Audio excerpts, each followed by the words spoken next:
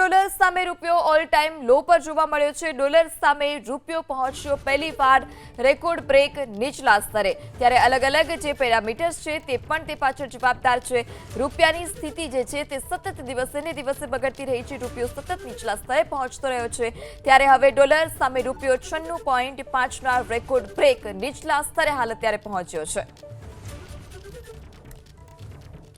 ત્યારે ડોલર સામે રૂપિયો ઓલ ટાઈમ લો। ડોલર સામે રૂપિયો પહેલીવાર રેકોર્ડ બ્રેક નીચલા સ્તરે હાલ અત્યારે પહોંચ્યો છે। 96.5ના રેકોર્ડ બ્રેક નીચલા સ્તર પર ડોલર સામે રૂપિયો પહોંચ્યો।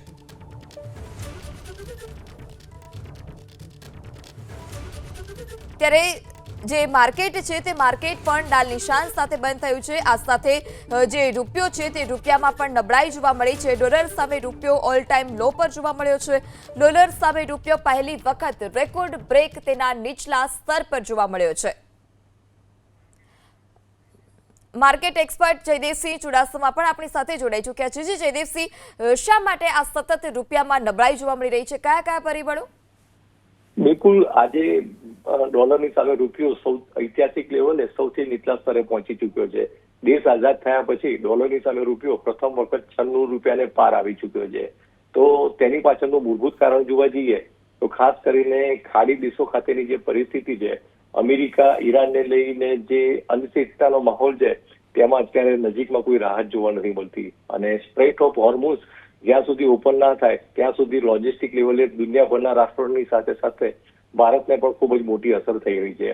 ખાસ કરીને આપણું જે ઈંધણ છે તેની મોટા ભાગની જે ડિપેન્ડન્સી છે તે ખાડી દેશો ખાતેથી આવે છે અને તેમાં અત્યારે ડિસ્ટર્બન્સ જોવા મળી રહ્યું છે અને તેનું નેગેટિવ રિફ્લેક્શન આજે ભારતીય કારોબારમાં જોવા મળી રહ્યું છે। ખાસ કરીને આંતરરાષ્ટ્રીય લેવલે જે ક્રૂડના ભાવ છે તે ફરીથી આસમાને પહોંચી ચૂક્યા છે, જે ભારત જેવી અર્થવ્યવસ્થા માટે ટૂંકાથી મધ્યમ ગાળે ખૂબ જ નકારાત્મક બાબત ગણી શકાય અને તેને લઈ આગામી સમયમાં હજી પણ પેટ્રોલ ડીઝલના ભાવ વધે તેવી એક સંભાવના ઊભી થઈ છે અને આગળ ઉપર તેની દૂરગામી અસર પણ જોવા મળે અને ખાસ કરીને જે મોંઘવારીના આંકડા છે તેમાં ગઈકાલ સુધી તો ખૂબ જ વધારો થતો જોવા મળ્યો હતો, પણ આવનારા સમયમાં પણ ફરીથી મોંઘવારી માંજા મૂકે તેવી એક શક્યતા ઊભી થઈ છે અને તેને લઈ અને ભારતની જે ચાલુ ખાતાની ખાત છે તેના ઉપર પણ ગંભીર અસર જોવા મળી શકે છે।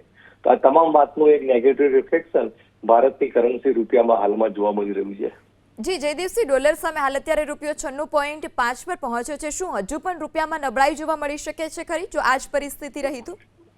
બિલકુલ, ખૂબ જ ટૂંકા ગાળે જોવા જઈએ તો માત્ર 1.5 મહિના જેવા ટૂંકા ગાળામાં ડોલરની સામે રૂપિયો લગભગ 4.5 રૂપિયા વધી ચૂક્યો છે અને આટલા ટૂંકા ગાળામાં આટલી ઝડપી વૃદ્ધિ થાય તે પ્રમાણમાં થોડી નકારાત્મક બાબત ગણી શકાય અને હજી પણ જે રીતની પરિસ્થિતિ છે અને આંતરરાષ્ટ્રીય લેવલે ક્રૂડના ભાવમાં જો કોઈ ઘટાડો ના થાય તો આગળ ઉપર હજી પણ ભારતની જે કરન્સી છે તે નબળી પડી શકે છે। આગામી સમયમાં જે રૂપિયો છે તે હજી પણ 96, 50, 97 સુધી પહોંચે તો પણ મને કોઈ આશ્ચર્ય લાગતું નથી।